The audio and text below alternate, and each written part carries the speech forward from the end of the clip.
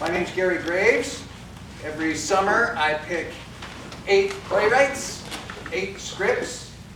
We develop them, we workshop them for 6 weeks, and then we present all 8 of them in stage readings over a weekend. It's a very busy weekend.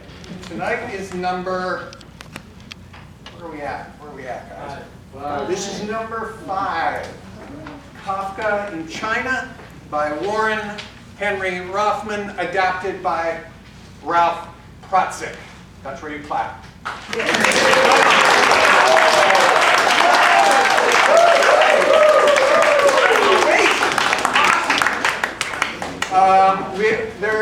We're going to read through the whole play. We're going to take a break in the middle where the intermission is, a short break. You can help yourself to some more wine and tasty goodies that are out there. Then we'll come back, we'll read Act 2.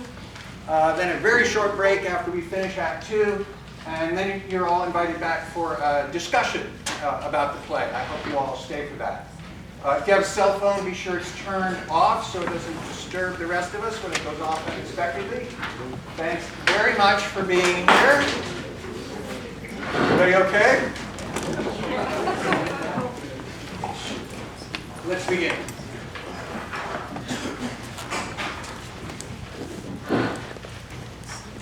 Lights out. A man is lying on a hospital bed in a dimly lit room, both forearms tied to his sides. He awakens and struggles to sit up. As he does, he notices 2 black X's on his paper-thin cotton pajama top, just below his right shoulder. A mechanical, elastic sleeve is massaging his left forearm and wrist. A short, slender man darts out from a darkened corner of the room. He smiles ambiguously as he ties the man's hands more tightly than before to the sides of the bed, plucking his tongue disapprovingly all the while. Water, please. Can I have some water? The man ignores Warren, turns out the overhead light, and withdraws to the corner of the room. Mister, I'm dying of thirst. Water, please, give me water. Who are you? I beg you. Water? A nurse enters the room and approaches Warren, holding a syringe. She positions his right arm with her left hand and applies the needle. You're executing me! First the tranquilizer, then the lethal agent. You're trying to hide my torture wounds. Crazy American. Don't inject me, please, don't inject me. It is just to make you more attractive. A second mousy-looking nurse enters, interrupting the procedure. She removes the elastic sleeve, then turns to Warren. Then you were not the aggressor? No, I was going out for soup. They grabbed me and threw me back inside. Who are your enemies in Shanghai? Enemies? What enemies? I don't have any enemies in Shanghai. Of course you have enemies. You just don't know who they are. I have no idea who could have done this. My landlady? Maybe someone who ordered to rob me? Come now. Our patients are not the victims of theft. You have some highly placed enemies. Think. Who might want you here? Suddenly the man sits up and rips his left hand free of its binding and shields his right arm from the needle. The first nurse steps back, unsure of what to do next. Give him the shot at 4 a.m. Now get me out of here! I don't belong in this place! You're killing me! Devils! Blackout. Lights up. Not a pretty sight. Condemned to a mental hospital in Shanghai. Betrayed by those I trusted, abandoned by those I loved, left to the mercy of a system that showed no mercy, in the hands of people who wanted nothing more than to get rid of me. That was my fate in October 2008. But I'm getting ahead of myself. Let's start with some background. My name is Warren, and what you're about to see is a true story about my experiences while working as a lawyer in China.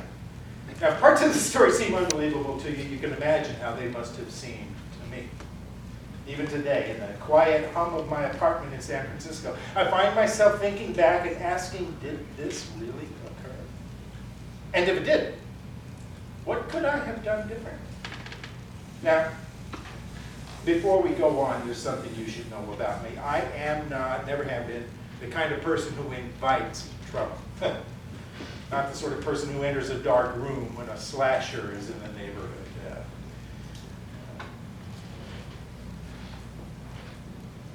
And it's here someplace.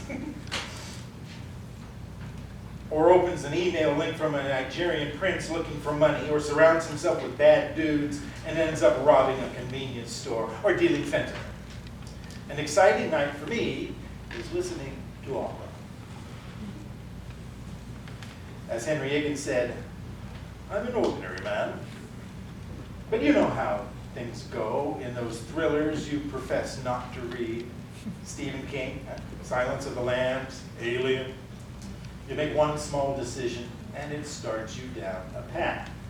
Then you make another, and the path narrows, and narrows, and narrows again, once again, until you find yourself in a dark alley, but with nothing but wet pavement and a bare wall in front of you. The fact is, as they say in China, Zili Shilong, here be dragons. And in China, the dragons can be very, very scary. Even Kafka would agree. Let's go back 6 months where it all started. Blackout. May 2008. Warren's new apartment on Zulu Road, Shanghai. He's meeting with his landlady. What do you think, Mr. Rothman? The view all the way up Juju Road to Dangyang Park. I had forgotten how the office towers frame the road, the fascinating architecture. I have always loved this place. At night, they produce the most amazing light shows, just fabulous. I couldn't be happier. Thank you, Madam Landlady, for making it available. Now, we need to talk about your ID. Oh, she's adjusting. Not ideal, but satisfactory. It's only been 2 weeks. We have a problem. My church elder tells me that she is too great a risk for you to retain her. But you're the one who recommended her. Didn't she steal? Did she steal from you? Don't tell me she's gotten in trouble with the authorities. No matter, I cannot risk it. She must go. May Banfa, nothing can be done about it. You're serious? May Banfa? May Banfa, you realize I would hold you responsible if anything went wrong. I see. Well, at least let me offer her a month's salary. It will make her dismissal seem less painful. I do not recommend that, Mr. Rothman. I would not want this getting back to the church, and it may only make her greedy for more. Oh, now, how could it hurt? I insist it's the right thing to do. A very bad idea. So now what? I need a new ID? Yes, well, I have good news. It turns out that my own ID has time to give you. You would share her? I cannot keep her full time. And you like her? Very much. She is very kind, resourceful, and she can cook. She lives with her husband and teenage son in another part of the city. Would you like to meet her? She's here? Already?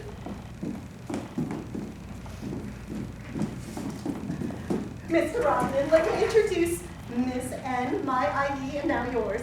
You two will become great friends. Hengaching. The landlady speaks very highly of you. She treats me very well.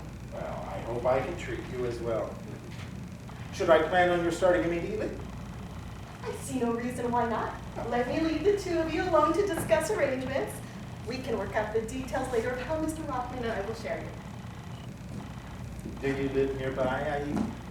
Not so close. Hometown. For a trip. Yes, I'd say so. About an hour? His buses are good. Why Hong Kong? Where did you grow up, Mr. Rothman? New York, Manhattan. A neighborhood called Washington Heights. What do you remember about Washington Heights? Well, it was a very close neighborhood. They called it Frankfurt on the Hudson back then because of the number of German Jews. We worshiped at the same synagogues. I remember the grocery store on the corner of 91st and Broadway. It smells. Its aisles littered with sawdust. Bennett Park, where the boys played marbles and the girls skipped rope. The Coliseum movie theater on 181st. Yes, exactly. This is why I love Hong Kong. Yeah. At the market, I know the watermelon man, and the chicken man, and the woman who sells tea. We do not have a place of worship, but we meet every Sunday in the park near my apartment to talk and laugh. Sometimes we stretch, but our bones are older than our bodies. And my corner restaurant, they know everyone. They serve everything, and no one orders off a menu. Sounds like you know everyone too. They are my people. Most of us spent years in the countryside being re-educated. Many of us worked in the same fields. During the Cultural Revolution. Yes, then. Very hard times. I can imagine. Well, then I must see Hong Kong. You certainly must, Mr. Rothman. You certainly must. And meet my husband and son. My son is very smart. He will go to college. I must go. That lady expects me. She and I will talk about your schedule. Blackout.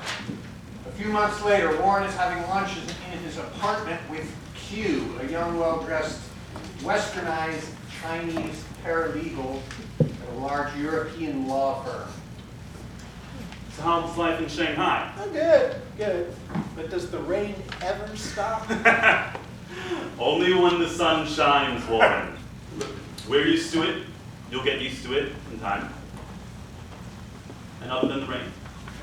My Beijing IE warned me about this city. Shanghai Renhua. Shanghai people are very slippery. You think? Shanghai's reputation is well-deserved. Tough and clever business people. But you, Warren, you're a New Yorker. Shanghai shouldn't scare you. And besides, Chinese people always badmouth others from other provinces. How's your apartment? Where'd you end up? In old Shanghai, Jing'an district. An apartment in the former French concession on Zhulu Road. Now, I love the Art Deco houses, rows of plane trees. It's a 10-minute walk from my office on Nanjing West Road, so I can avoid Shanghai's commuter hell. Outstanding. You'll let me know if I can help. You need to meet my friends. They will like you. I must ask, do you see any work for me in the near future? We worked so well together on the last deal when you were still in Beijing. Not yet, I'm just getting my bearings. Perhaps later in the year. Have you found an ID? Not without drama, I'm afraid. It took 2 tries, but my landlady finally found an IE that we both approved of. And my first IE was the worst cook I ever saw. It got so bad I had to put her in touch with my Beijing IE, who told her what I liked and how to cook it. Big improvement. But then my landlady informed me that there was a problem with my IE. And you know, maybe I'm not. She had to go. So now I have an IE who can actually cook. Much simpler than Beijing IEs, but very tasty. She learned the limits of my dairy. She now comes home with her apron full of warm eggs from her best farm lady. Loves to describe in detail how she managed to get the freshest vegetables, cuts of pork or beef without a sliver of fat or gristle, the plumpest chicken. She's also great at tracking household expenses, down to the last Chinese cent. Not that I ever bothered to review her sheets of receipts and lists. You're so lucky. I've heard some pretty crazy stories about IEs robbing their masters blind. What's the word you used? Slippery? Not my IE, I'm pretty sure. She lives humbly with her husband and son in the Hangzhou district. Ah, the former Japanese concession. Right across Suzhou Creek from the Bund in old Shanghai. I visited them several times when her husband was recovering from a terrible car accident. Good people, salt of the earth. If you say so, Warren, but you know what salt can do to a wound. Incidentally, how's Frederick? Does he have plans to come to China? Well, he was here just last month, thanks for asking. He went with me to visit my IE and her husband. He likes them both very much. IE calls him Didi, little cousin. He doesn't know. Not sure how she would take it, Q. But she probably suspects anyway. And you, how's the firm treating you? Can't complain. The work's interesting. It takes a while for our clients abroad to get used to how the Chinese conduct business. That's where I come in. How so? Well, I've gotten pretty good at what it takes to gain official approval for transactions. It used to be that local authorities were so anxious for foreign investment that absolutely no bribe seemed necessary to get those done. Because they were subject to a high level of scrutiny, they were pretty much immune to corruption. Along with it, our American clients were known for their ethical standards. The deals were solid, and the economic interests on each side were clear and valid, or so I've been told. You say were and used to be. This has changed? I'm afraid so. Remember Mao's great slogan? Wei Renmin Fu Wu, to serve the people. These days it comes with a tag. Ye Yao Jin. And payment is required. It was government policy that led to corruption. Corruption severe enough for it to be one of the major causes of the 1989 Tiananmen Square protest movement. It's a whole new ballgame for foreign companies, hungry deals, and wanting to do business in China. They're every bit as tempted to offer a bribe as Chinese officials are to take it. They bribe officials? Warren, please, you're a lawyer. You've lived in China long enough to know how things work. You must know that corruption was inevitable once foreign investment began pouring into China. Just last week, I helped one of our clients pay $3 million to get a transaction approved. But bribes aren't necessary. My clients never did such a thing. Of course they did. Maybe they just didn't tell you. How else to get a deal approved? But that's terrible, Q. You're supposed to know better. Taoyang! Joking, right? I most certainly am not. I thought you knew better. The client. I know them. Lycos. Oh, Christ. What? All right, you had some issues with them. Issues? That's what you call how they treated me? I just wish they'd stay the hell out of China. So who did they have you pay off? Guangzhou. That makes sense. They'd need Guangzhou's approval if they wanted to do business in China. Disgusting. We kept telling our client not to do it, but we wrote memos warning them. They wouldn't listen. Anyway, the $3 million doesn't go to the officials themselves, just the shell company. We don't think of it as a bribe. We call it facilitation. You can't really think there's a difference. You just said the officials are the sole shareholders. Your memos mean nothing. You must resign from this assignment, not facilitate this type of thing. Now, Q, please don't let them ruin your career. You have so much talent.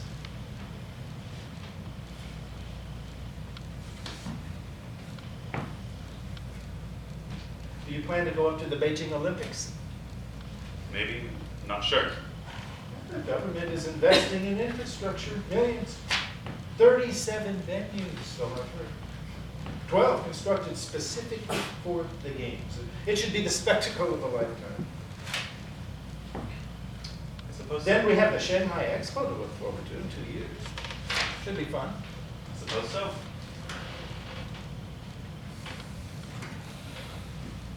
See you after the Olympics. Blackout. The following day, Q is in the office of his boss, Alexandra.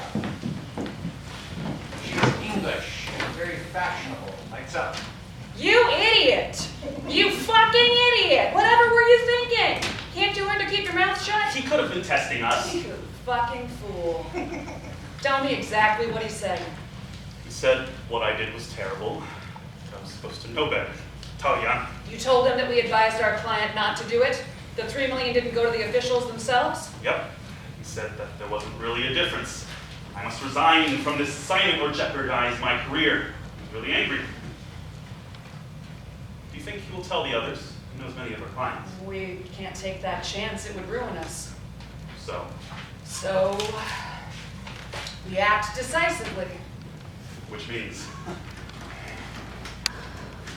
What do we know about Warren's health? well, he had a panic attack last year when he was in San Francisco. Right. And that he suffers from insomnia. He's complained to both of us. How does that help us?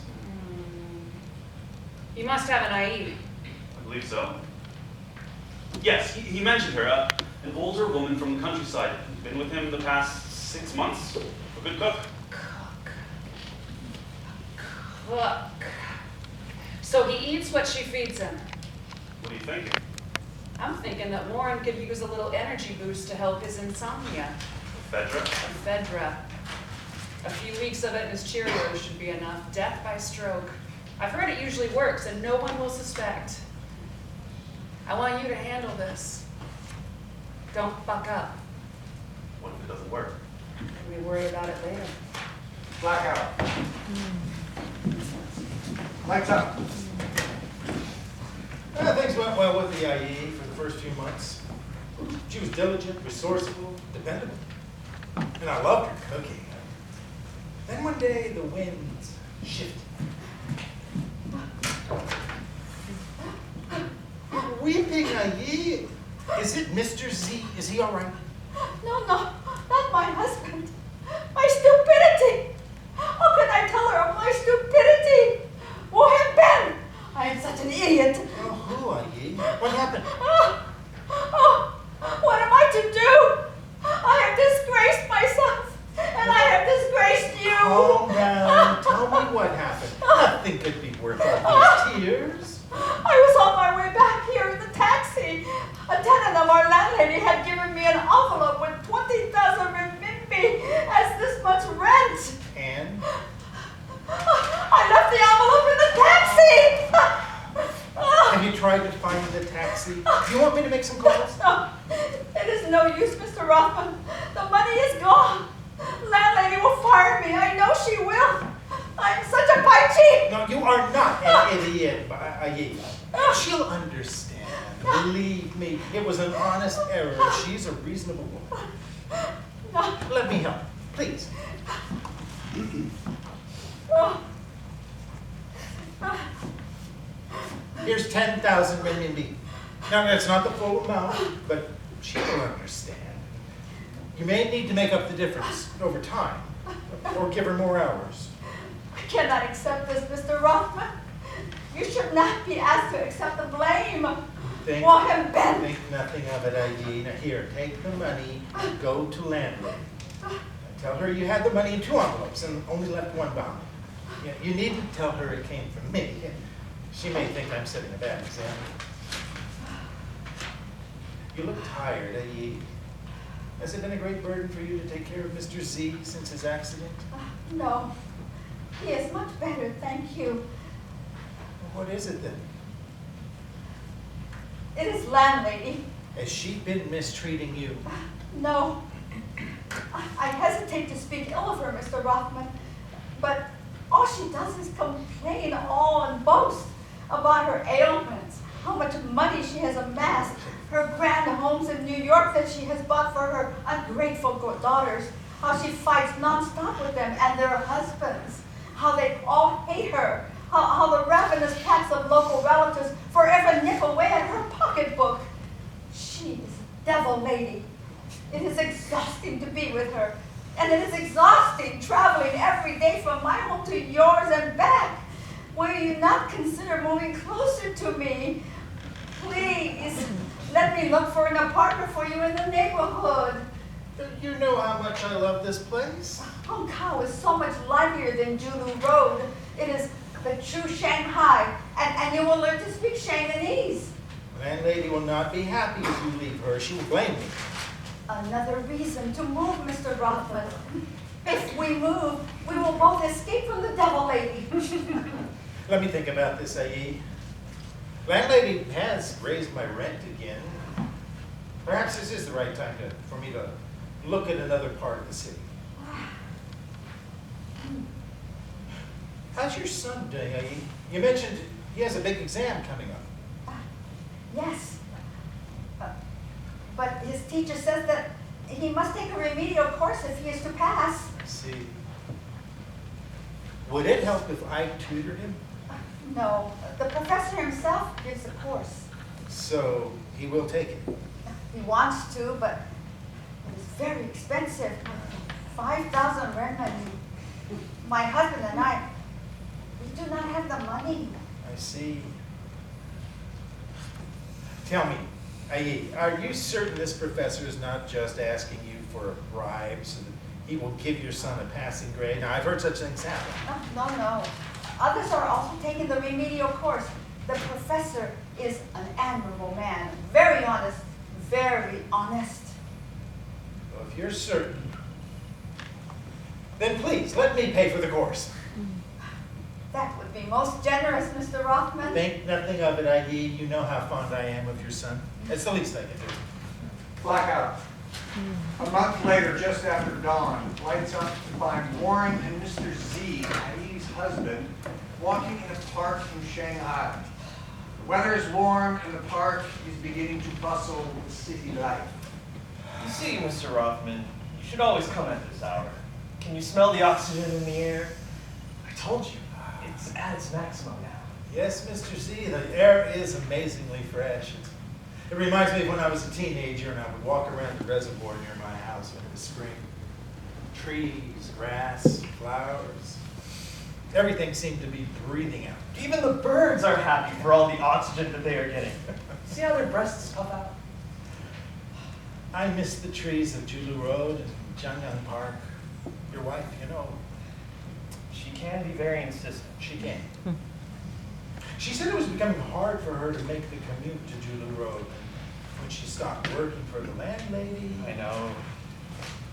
Wow, so different. Much more Chinese. Scrappier, busier. Yes, And my new place is less expensive. that's good. Maybe you will finally learn to speak like a Shanghai native. I keep telling you that if you want to be accepted by the natives, you must speak like a native. Otherwise, you isolate yourself. Is that what you want? Yeah, but Mr. Z, I really don't like the sound of Shanghainese.